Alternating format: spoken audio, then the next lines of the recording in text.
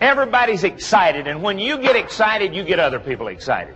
You see, it's your attitude, it's how you feel about yourself that helps you to be the winner that you are and to set the example for those that you lead. Whenever I think about this, I'm reminded of a situation that happened to me some time ago. I'd been invited to address the annual Chamber of Commerce meeting in Silver City, New Mexico. It's a copper mining town about 120 miles north of El Paso, up in the mountains there in New Mexico. And I got up there that evening, had about 450, 500 people in the old Murray Hotel up there. Big, long head table, and so they were all in, you know, it's a big festive, it's the big blowout of the season up there in Silver City. And I turned to the fellow sitting next to him, and I said, well, tell me, sir, I said, how are things going with you? He said, oh, Mr. Foreman, said, ain't you heard about the strike? I said, what strike? He said, Phelps Dodge and Kennecott, the two big copper companies up here, are both out on strike. And he said, let me tell you something, Mr. Foreman. He said, when those two companies go out on strike, he said, business in this community is bad. Now, he said, I happen to be in the real estate business. But he said it wouldn't matter if I was in the insurance business, automobile business, clothing business, grocery business, or anything else. He said, when those two companies go out on strike, business in this community is bad. He said, I haven't sold a house in 6 weeks, and I'll tell you something else. If this strike continues for another 4 weeks, I'm going to be on the verge of bankruptcy. I've never seen things so bad before in my life. Well, I've never heard anybody so enthusiastically negative before in my life. This guy acted like he was weaned on a dill pickle. You know, I think when he got up in the morning, instead of saying, good morning, God, I think he said, good God, it's morning. You know the type I'm talking about. Well, I was sorry I asked him how he felt. I was supposed to bring these people a message of hope and encouragement and enthusiasm. Well, you can imagine how I felt.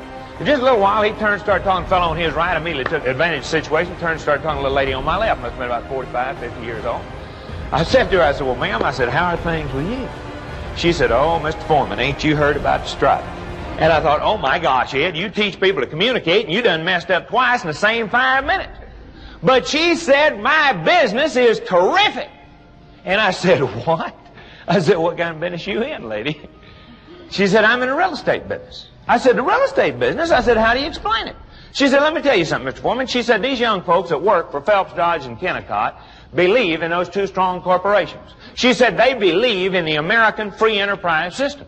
She said most of them don't want to be off on strike anyhow. And they recognize that very shortly they're going to be going back to work, and when they do, they're going to be earning increased fringe benefits. And she said a lot of those young couples are taking advantage of this time off for the husband and wife to shop together for the dream home of their choice.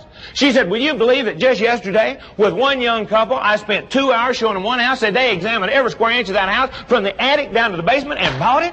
She said, Mr. Foreman, I've sold more houses in the last 6 weeks than I had sold in the previous 6 months. And she said, I'll tell you something else. She said, if this strike will just continue for 4 more weeks, she said, I'll get rich. I won't have to work for a year. So help me God, that same conversation took place at the same head table, the same night, in the same community. Let me ask you something. What was the difference between these two people? What was it? It was their attitude, exactly. It wasn't what they were selling. It wasn't where they lived. It wasn't their. It was their individual, personal. And look at it this way: they're both in the same business in the same community. They both belong to the multiple listing service. You know what that means? They had identically the same houses to sell the same prospects. One's getting rich and the other's going broke, simply because of the way they saw the situation. Now that's what I'm saying to you, is that when you get excited about what you have to help other people enjoy a greater peace of mind and a greater excitement out of life, when you recognize that what you have is what they need and you're the person they need to get it from, then you're getting the right attitude and you're going to make things happen. And that's what this whole conference has impressed me with, is the good, wholesome, positive, excited attitude that you have. Sometimes people say something to me about this little bumblebee tie tack that I wear. This little bumblebee is the emblem of the company that I represent, Executive Development Systems of Dallas. You know, according to recognized aeronautical facts, because of the size and weight of his body, in proportion to his little bitty wingspan area, the bumblebee cannot fly. But the bumblebee doesn't know that. And so he goes ahead and flies anyhow. Now what we do is we teach people who think they're not supposed to be happy and healthy and successful, by developing the right, proper mental attitude and coupling that with specific identifiable purpose in their life, they can have, be, or do what they want to. We conduct a 3-day executive development training program in the hill country of Texas at a little place called Kerrville, Texas. Every other weekend, we have people from throughout the United States, 17 foreign countries, 25 of the Fortune 500 companies, who are represented in that class. They come in for 3 days and nights. We talk about how to have one good, happy, enjoyable, productive, successful day, one day at a time. And people say to me, you mean you spend 3 days on how to have one good day? That's right, because if you can learn the formula to have one good, happy, enjoyable, productive, successful day, and you do that 7 days in a row, what have you had? You've had a good, that's not too hard a question, is it? You've had a good week. Now, if you do that 52 times in a row, what have you had? You've had a good year. You notice the questions get harder as I go along, and I'm going to be testing. That's right, you've had a good year. Now, you do that over and over and over and over, you have a happy, enjoyable, successful life. But by actual survey, the majority of the people have one uptight, frustrating, by golly, get out there and deal with those dummies today type day. And they do it 7 days in a row, and they say, boy, it's been a rough week. Then they do that 52 times in a row, and they say, boy, life is dull and boring. We find that life is dull and boring primarily to dull, boring people.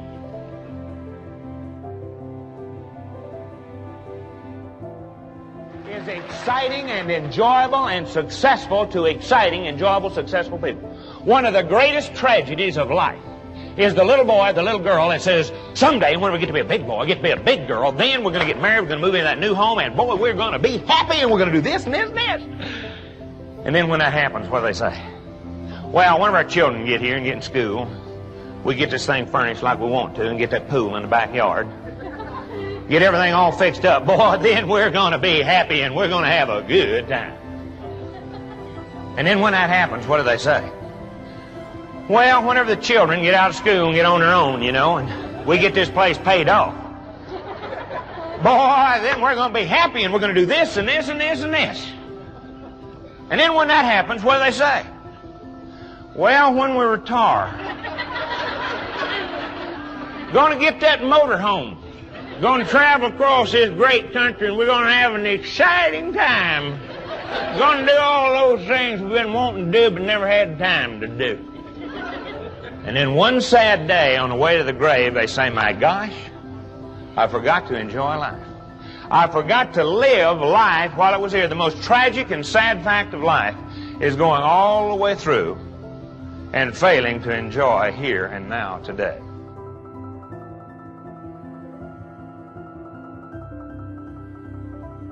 I'm reminded of a situation that happened in one of our classes back some time ago. We had an outstanding, dynamic gentleman by the name of Horace Ziegler, Judge Ziegler, from down Yazoo City, Mississippi. He's a brother to Zig Ziglar, the outstanding motivational trainer and speaker from Dallas.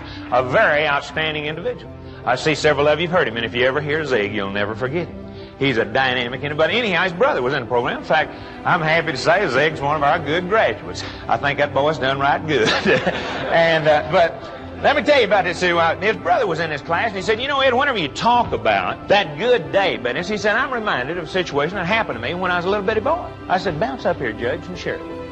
He said, we'll give you a little bit of background. He said, whenever I was 2 years old, my daddy died, and my mama was left there at home on a farm with 12 kids to raise.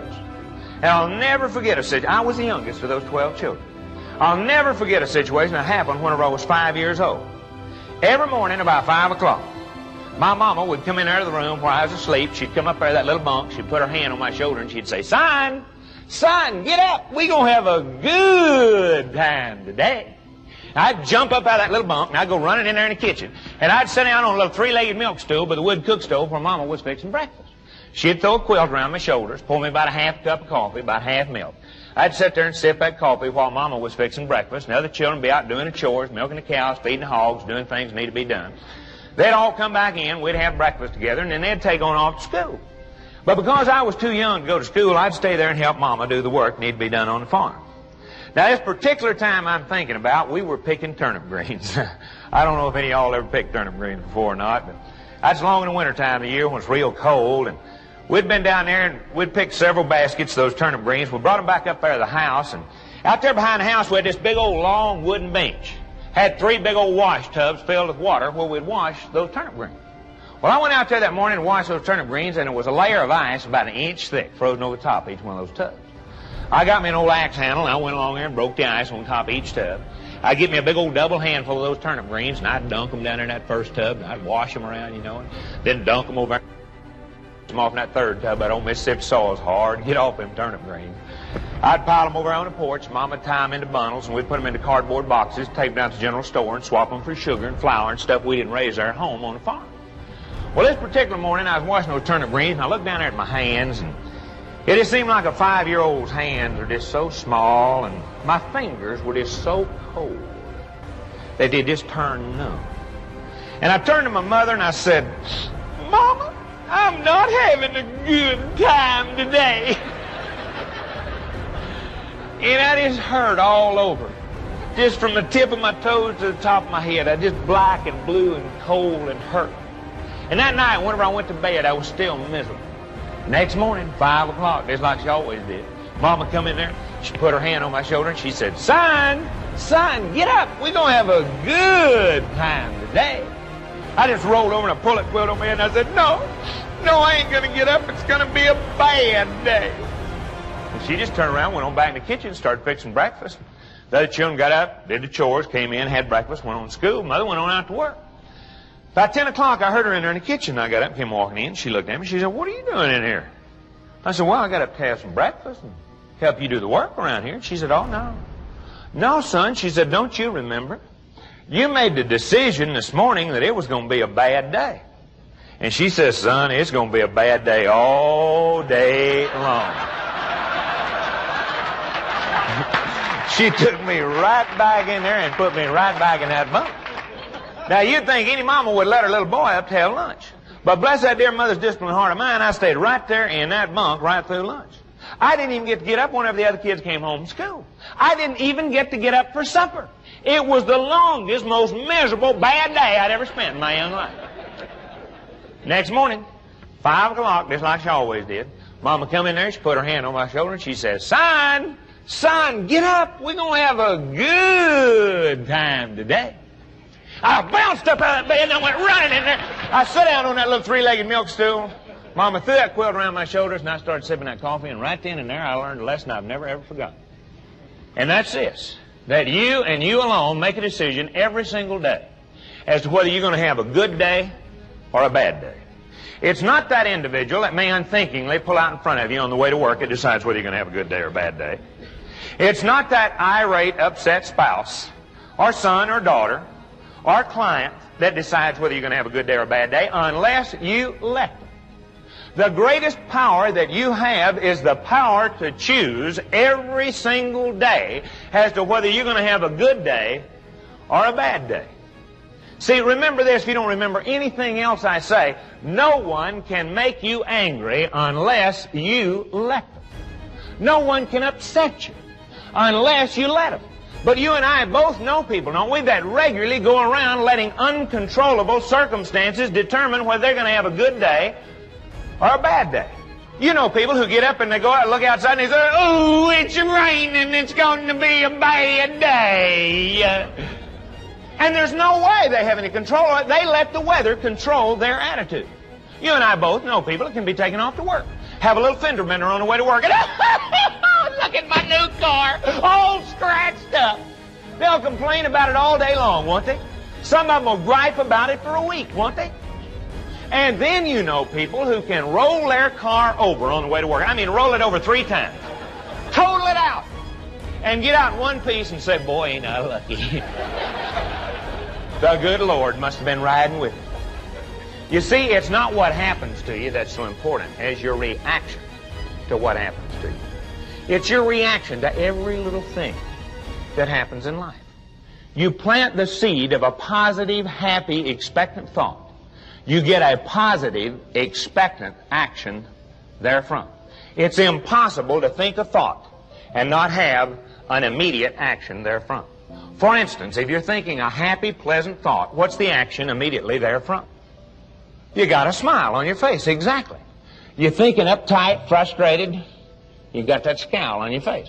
Now, you do that 30 days in a row. Whatever it is, any action you repeat 30 days in a row, what happens?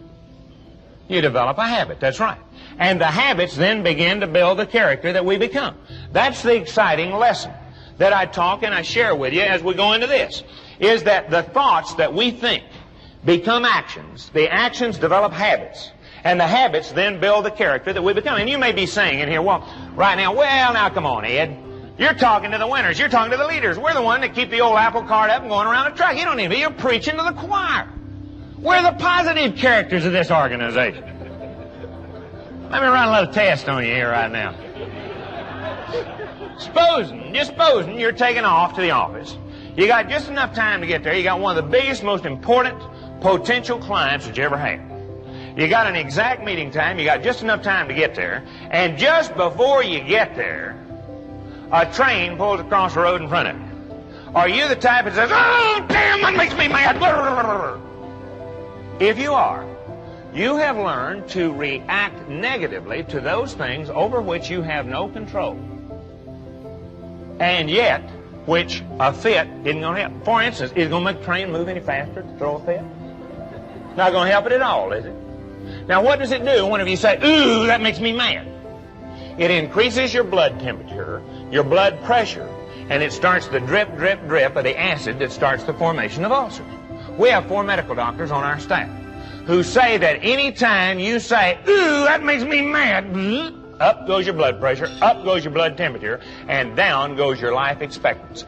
In fact, people who continually say, ooh, that makes my red, use more preparation H than anybody else. Because consciously, we are subconsciously programming ourselves for a defective part of our anatomy. And therefore, we begin to have difficulties. So what do you do under this kind of a circumstance? Here, what you do.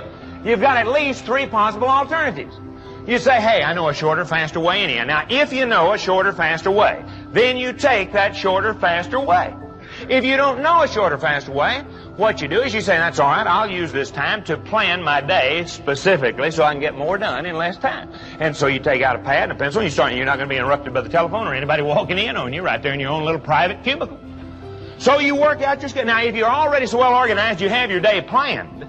You say, hey, this is a good time for me to just relax and let go and take a little mind control relaxation. So you just reach down there, turn off the ignition, lean back in the seat of your car, and just relax from the tip of your toes to the top of your head and take a mind control relaxation, letting go of all anxiety, frustration, and worry, and just replenishing yourself with energy. And people say, well, supposing you go to sleep. The person behind you will always be thoughtful enough to awaken you when the train moves and you can move on. Now, what we're talking about here is that it is impossible. It is impossible for you to think a thought that does not immediately become an action. Anytime we are finding out, anytime any thought of illness begins to come about, we begin to secrete the hormones into our body that begins to accelerate to bring about. Anytime we think about health, anytime we think about good feeling, then we begin to program ourselves for that good feeling. Just to show you right now, for your own, I think you learn better from example than anything else. For you to appreciate more fully what I'm talking about, let me ask you all to just go through a little imaginary game with me, and it's a great thing you can share with some of your associates back home when we get back. Everybody just reach in your refrigerator right now and hold a lemon in your hand. Everybody get a lemon and hold it in your hand. Let's just make this as real as we possibly can. Imagine. All right, now look down there at that lemon in your hand. Come on, get a lemon in your hand there. I'm talking to everybody here. This ain't show and tell. All right, now squeeze that lemon. Feel the firmness of it. All right, now see that yellow waxy peeling? See the 2 little green pointy ends there? All right, now bring that lemon up to your nose and smell it. Smell that citrusy smell? All right, now put that lemon back down on the table. All right, now cut that lemon half in 2. Okay?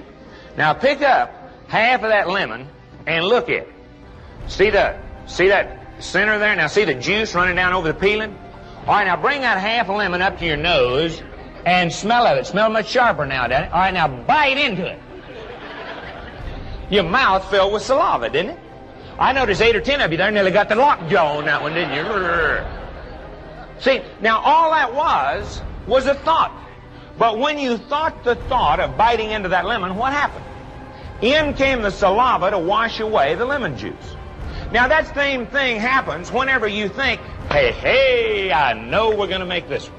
We then begin to secrete hormones into our bloodstream to give us that winner's expectancy performance.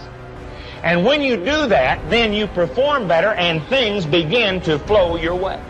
That's the exciting thing that we're talking about, is that we become the character of the thought. Now, the exciting thing here is that if you don't like the character you are, you say, hey, I would like to be a little bit more positive.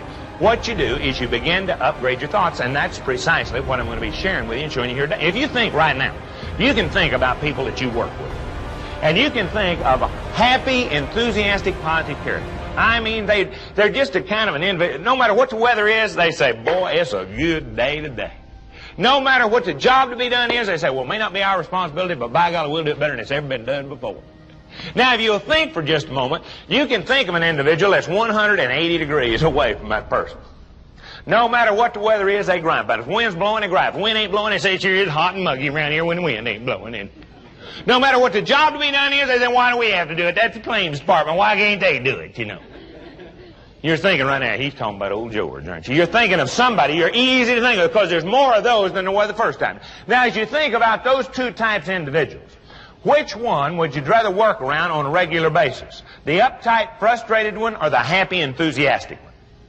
Yeah, that's an easy question. The happy, enthusiastic one. Why would you rather work around the happy, positive, enthusiastic person? That's right. It's contagious. It's catching. You begin to feel that way too, don't you? Now, let me ask you a more difficult question. Which type individual are you the majority of the time? Now, let me ask you even a harder one, and you don't have to answer this one out loud. I can tell negative answers by the way you squirm in your chairs. How would you like to have to work for yourself?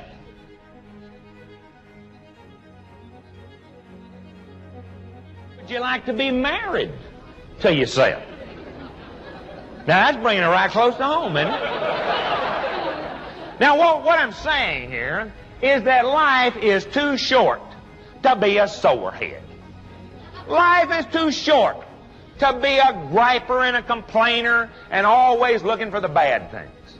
Supposing you only had 7 days left to live, you'd probably be a little happier and a little more loving and a little bit more enthusiastic than you've been being. Just start pretending that today is the most important day of my life, and I'm going to make it a good day. And when you make today a good day and you multiply it over and over and over, but a lot of people say, well, Ed, you know, that's a good philosophy and you can go around and teach it and preach it, but you don't understand. We're out there in the real business world. We're out there facing these people every day. We got all these, and I'll never forget a situation that happened to me not too long ago. I was in a barber shop where I trade, and went in there and the barber said, there's no boy in here the other day that used to know you when you was in the oil business out in Midland, Odessa. And I said, oh, and he said, yeah. He said, Ed Foreman trades in here, doesn't he? And he said, yeah, as a matter of fact, he does. He said, I know Ed Foreman. And he said, I think Ed Foreman is a phony. And my barber looked at him kind of puzzled. He said, a phony? He said, why do you think Ed Foreman's a phony? He said, any guy that's involved in as many business activities as Ed Foreman is, that goes around with a smile on his face, acting like he's happy in these times of inflation and high interest rates, that every time you ask him how he feels, he responds with terrific, has either got to be stupid or he's a phony.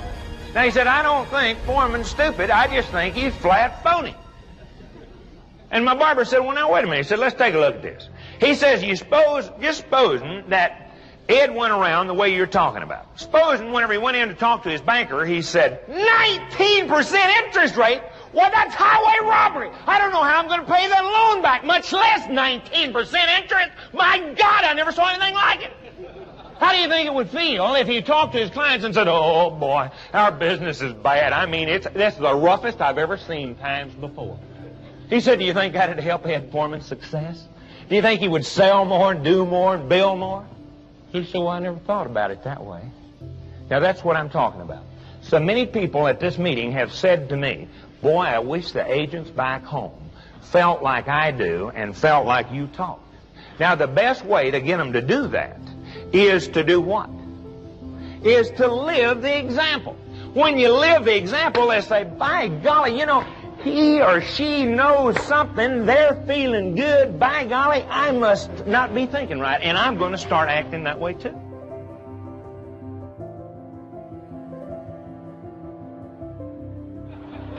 The important thing here is that you really are the barometer. You are the one that sets the pace in your community. You are the lead person that decides whether that community is going to be alive and vibrant, whether business is going to be good or whether it's going to be bad. You know, whenever I talk about this, I'm reminded of a good story that my friend Paul Harvey shared back some time ago. You may have heard it. If you have, don't stop me. It's a good story anyhow. We'll all hear it again. He was telling about the young artist that had just received a commissioning to paint a portrait of a local builder. And he was so excited, feeling so good. It was the first major commissioning that he'd ever received. And so he went down to this little sidewalk cafe, all turned on. He bought a bottle of wine, and he was drinking that wine, celebrating the commissioning that he had received to paint this portrait. And while he was sitting there, drinking the wine, he looked over in his chair about 10 foot away, and there was a newspaper laying there with the headlines face up. It said, "Hard times are coming." And the more he looked at it, the more he thought about it, the more uptight, the more frustrated, the more worried he became. And so the restaurant owner came by in a moment. He said, "Shall I get you another bottle of wine or maybe some crumpets?" He said, "No." He said, "Bring my check. I must go." He said, "Is something wrong?" He said, "Hard times are coming, and it's no time for me to be frivolously spending my time sitting here drinking wine." He said, "I got to go get to work." So he left, and the restaurant owner got to thinking about it. Hard times are coming. And the more he thought about it, the more uptight, the more frustrated he became. And so he went over and picked up the phone. He called his wife, and he said, "Sweetheart," he said, "you know that new dress that you've ordered for the annual Chamber of Commerce banquet?" He said, "That's an awfully expensive undertaking for a once or twice a year wearing." And he said, "I understand hard times are coming." And he said, "Maybe if you could call them, maybe we could put that off a year, maybe cancel it altogether." She said, "Well, all right." So she went to the phone. She picked it up. She called this local dress shop. She said, "I certainly hate to call you about this. I know you've measured me up for that beautiful new dress. You've ordered material, but my husband, the restaurant owner, says that hard times are coming, and we need to pull in our purse strings, need to be a little bit more frugal, and I'm going to have to put off at least a year and maybe cancel altogether the order on that beautiful new dress that you're making up for me." And they said, "Well, I certainly hate to hear it, but we understand." And so the dress shop owner got to thinking about it, and the more he thought about it, the more uptight, the more frustrated, the more anxious he became. And so he went over and picked up the phone, and he called his local builder. And he said, "I certainly hate to call you about this, but," he said, "I understand that hard times are coming." And he said, "You know those plans we've been going over to double the size of my dress shop?" He said, "This is a terrible time for me to be taking on that type of obligation." And he said, "I'm going to have to cancel those plans for you to add on to my dress shop." Well, some of you are already way ahead of me. The builder got to thinking about it. He went over, picked up the phone, and called this young artist. And he said, "I understand hard times are coming." And he said, "This is no time for me to be frivolously spending my money to have a commissioning for a portrait to be painted." And he said, "I'm going to have to cancel that commissioning that I gave you to paint my portrait." And so the young artist, in desperation and sorrow, went down to the little sidewalk cafe to drown his sorrows in a bottle of wine. And there he was, sitting there drinking the wine, and he looked over in his chair about 10 foot away. And there was this newspaper with the headlines face up that said, "Hard times are coming." He walked over, and he picked it up, and he examined it very closely. And the date line was 10 years old. They had laid the paper there from where they had been unpacking dishes in the restaurant. And yet the headline that it conveyed had infected the entire thinking of the leadership of that community, and they were preparing for and guaranteeing that hard times were on the way. That's what I say about you. You see, when you are dynamic and enthusiastic and alive and vibrant, that enthusiasm rubs off on every person you're around. Now, I'm just a business person, just as you are. I'm just sharing with you, but I'll tell you one thing. You're going to go out of here feeling better today than when you came in here. I know, I'm going to go out of here feeling better because we have shared. And what have we shared? We have shared some enthusiasm that I picked up by the implementation of the principles that I'm talking to you about right here. Let me ask you a very personal thing right here, right now. How many of you in this room today have a tendency to worry once in a while? Would you raise your hands?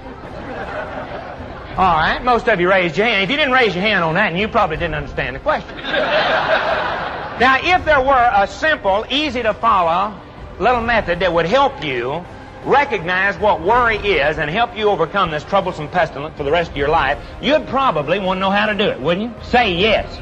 Yes. All right, let me tell you what worry is.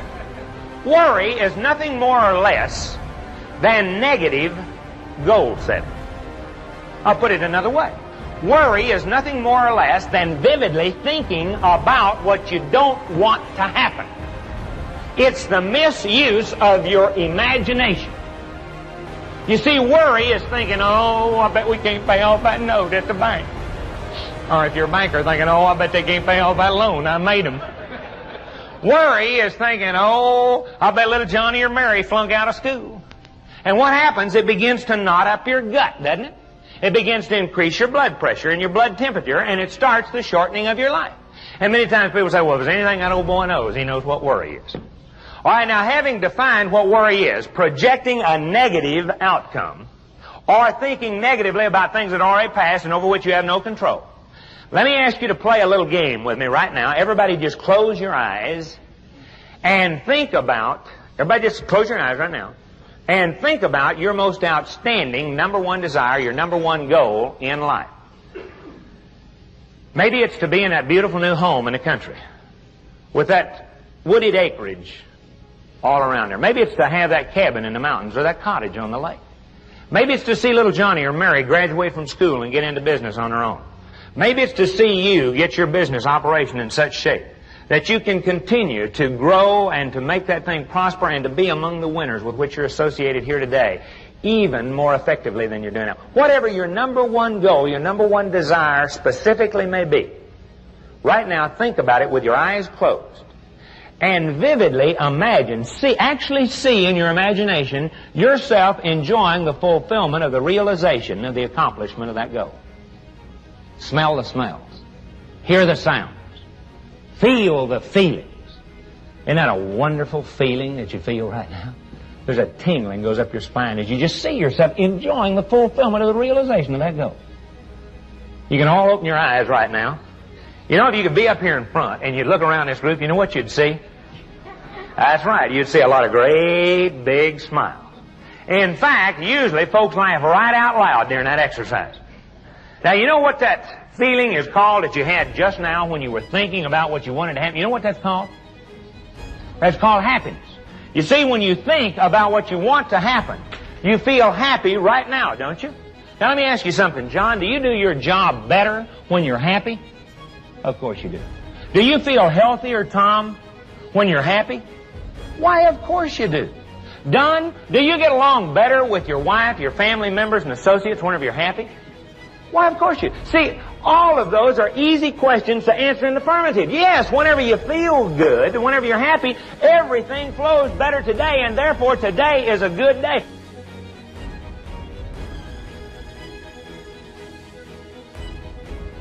When you're thinking about what you want to happen, you feel happy, and therefore you perform better today. But let me tell you the second more important benefit. When you think about what you want to happen, you are projecting upon the screen of your subconscious mind a vivid image of what you want to happen. And we are just like target-guided missiles. We have within us the subconscious that begins to program us toward the realization of that we hold in the target of our subconscious mind.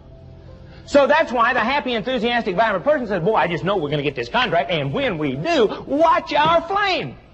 You see them a year later and they say, hoo-hoo, we got 3 that was better than that. Look where we're going now. You see that individual says, I bet we lose our shirts on this one. They've always had high claims anyhow. And you know how we have to cut prizes to get it. You see them a year later and they say, oh, I don't even work over there anymore. I'm pumping gas at the corner service station down here in the day and working the docks at night. Why? Because what you hold in your subconscious mind, what you vividly image and hold in your mind begins to become the reality. When you see your subconscious mind cannot tell the difference between a vividly imagined happening and an actual happening.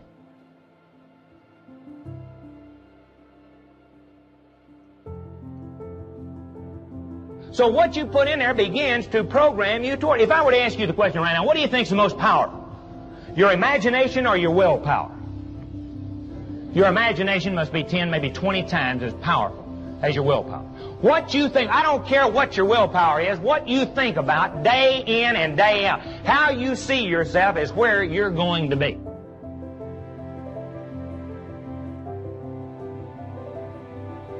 Do you see yourself as a dynamic, healthy, vibrant individual? How do you see yourself family-wise? As a loving husband or wife or parent? How do you see yourself business-wise? As an understanding, exciting, enthusiastic example that not only tells and sells but lives what you teach? You tell me how you see yourself, and I'll tell you how you'll be a year from now. 2 years from now, 3 years from now, 5 years from now. That's been another thing that's impressed me as I listened to Al up here this morning. As I listen to all the speakers, is that you not only talk, but you live integrity. You live honesty. You live giving and getting in this company. And that's an exciting thing that I've found in business. is that always delivering the maximum for what you receive always pays off in the long run. Always seeing yourself as a respected leader in your community brings about the respect that you see in yourself. Now, anytime in the future you find yourself being knotted up with anxiety and frustration and worry, here's what I urge you to do. Just stop yourself and say, hey, now wait a minute. Is that what I want to happen? And the likelihood is you're going to say, well, certainly not. That isn't what I want to happen. So immediately you say to yourself, what is it I want to happen? And immediately you capture in your mind a vivid image of what you want to happen, and therefore you begin to feel good right then, don't you?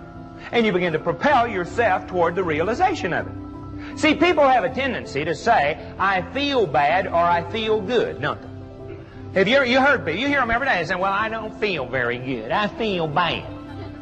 Now start remembering this. Anytime you say, I feel bad, say, uh-oh, cancel, cancel. What I mean is, I'm thinking bad.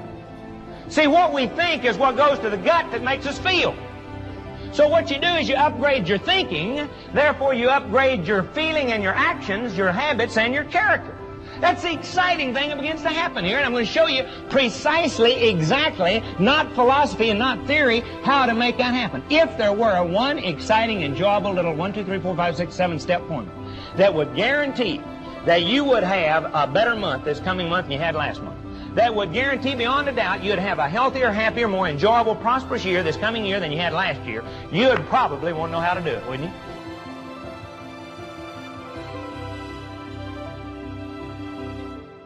When you first awaken in the morning, you are at the alpha level of your subconscious mind at about 10.5 brainwave cycles per second. Whatever you see, think, or hear during the next few minutes, about 10 to 15, maybe a maximum of 20 minutes, during that time is going to go into your subconscious mind and begins to program you through the day. So if you will read immediately positive motivational uplifting material or a positive motivational uplifting, listen to a good tape. And as you begin to put that information into your mind, it begins to program you more positively during that first 10 to 15 minutes. Then what you do is you slip on some comfortable clothes and you go out and you watch the world begin to wake up to a new day. And a lot of people say, well, supposing it's dark. Supposing it's raining. We've never had the booger man get anybody in the dark. We've never had anybody melt in the rain. You just go out there and you watch the world begin to wake up to a new day, and you give thanks to God for all the many wonderful blessings that you have to be thankful for. You just say, thank you, Lord, for 2 good eyes with which to see, and for 60 seconds. Just observe all of the things that you can see with your eyes in 60 seconds. There was a magnificent sight as I went out early this morning. Over across the way here, down to the freeway, and across and on to the edge of the lake. For just a little while, the sun shone this morning as it was trying to come up. What a beautiful, magnificent morning it was, and I said, thank you, Lord, for this kind of sight. Say thank you, Lord, for 2 good ears with which to hear. And for 60 seconds, so many different things in here. You'll normally hear a plane in a far-off distance. You'll hear a train. You'll probably hear a barking dog. You'll hear the leaves as they rustle in the breeze. Thank you, Lord, for a strong, healthy, dynamic, vigorous body. And I know how some of you are feeling right now. You're saying, oh, come on now, Ed, you've stopped teaching and you've started preaching. No. Have you ever noticed this? Have you ever noticed that those folks who are grateful and thankful and appreciative normally have more to be grateful and thankful and appreciative for? They enjoy a better standard of living. They live in a better home. They drive a better automobile. They just enjoy more of the finer things of life, don't they? And have you ever noticed this, that those people who are always griping and moaning and complaining seem to have more to gripe and moan and complain about?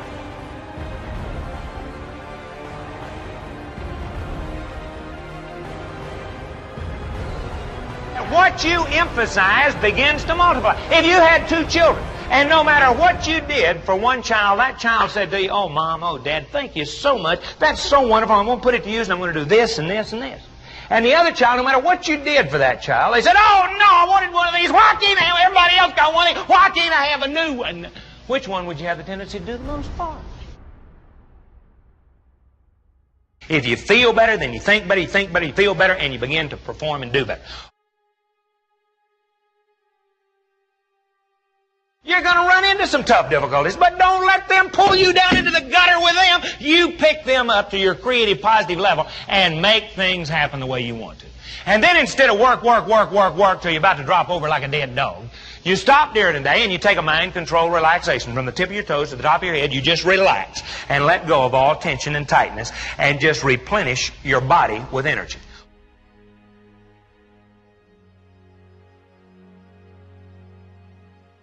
You see, your conscious mind is like the captain on the bridge of a ship.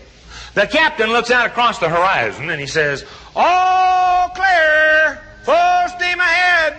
And the men down in the engine room sock the power to it and it's full steam ahead. They never do say, "I wonder if the captain's got a hangover. Maybe it ought to be about 30 degrees to left and about half steam."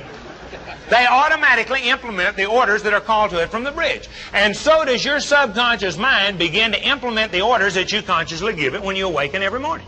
If you get up in the morning and you say, "Aha, what a beautiful morning. Look at that magnificent sunrise. Smell the crispness of the morning air." It just begins to program you for that kind of a positive, good day. If you get up in the morning and you say, "Boy, it's going to be a tough booger today." It says, "Fine, stump toe on way to toilet. Nick self-shaving, burn self with coffee, have dummies, stop in front of green light." It just begins to program you for that kind of a day. And a lot of people say to me, "Oh, come on now, Ed. You mean to tell me that you feel terrific every single day?" Why, certainly not. But I always tell myself I do. And pretty soon, I do. That's the exciting thing that I'm talking about here. It's the as-if principle. You act as if you're happy. You act as if you're healthy. You act as if you're successful, and pretty soon you begin to become that way. Not too long ago, I had a business executive, one of the major leaders of one company that we'd been doing some work for, and he said, "Now come on, Foreman." He said, "If I'm not sincerely feeling happy and enthusiastic, I'm not going to put on a false front and act like I'm happy and enthusiastic." And I said to him, "You know, I'd 10 to 1 rather have someone around me that was acting like they were happy and enthusiastic than a sincere sorehead any day." Wouldn't you? Of course you would. So now, if you don't like the word act, use the word practice. Practice being happy. Practice being healthy. Practice being successful, and the first thing you know, you begin to become that way. And sometimes people say to me, "Well, just supposing you didn't get in until midnight last night. You couldn't find a rental car, you couldn't find a taxi, you finally took a bus, and that was one of the locals, and it stopped all the way in. You didn't get into the hotel here till 3 o'clock this morning. They had all the rooms rented up. You had to walk 7 blocks down the street. You didn't get to bed till 4 o'clock this morning. And at 6:30 this morning, Al called you, and he said to you, 'Good morning, Ed, how are you?'" You mean to tell me honestly and sincerely now, you would respond with the word terrific? I said, I mean, if you have to put your fingers on your lips and say, "Terrific."